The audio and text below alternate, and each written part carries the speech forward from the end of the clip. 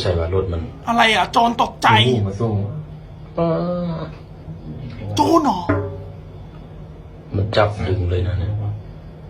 อ๋อดีเขาล็อกคอไว้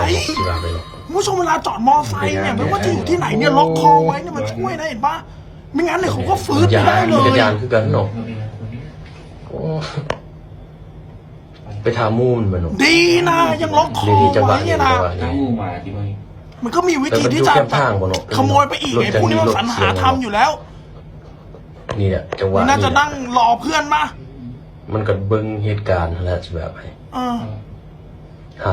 มันบ่เห็นบ่เนาะแบบผู้นี้ก็ทายหมอนั่นมากอันนี้เจ้าของเหรอตื่นกันเนาะแบบมันก็บ่เลี้ยวมาอีกนะบางนั้นจะได้แล้วเขาไม่เห็นเจ้าของเหรอพี่โจรนะไม่ใช่พี่โจรไอ้ชิบหายโจรเนี่ยเอาเจ้าของไปแล้วครับตอนมันมาดึงนี่อ๋อคือหันมาแล้วไม่เจอมอไซค์เหรอจังหวะโมนี่ดีๆกูเตรียมพาเลย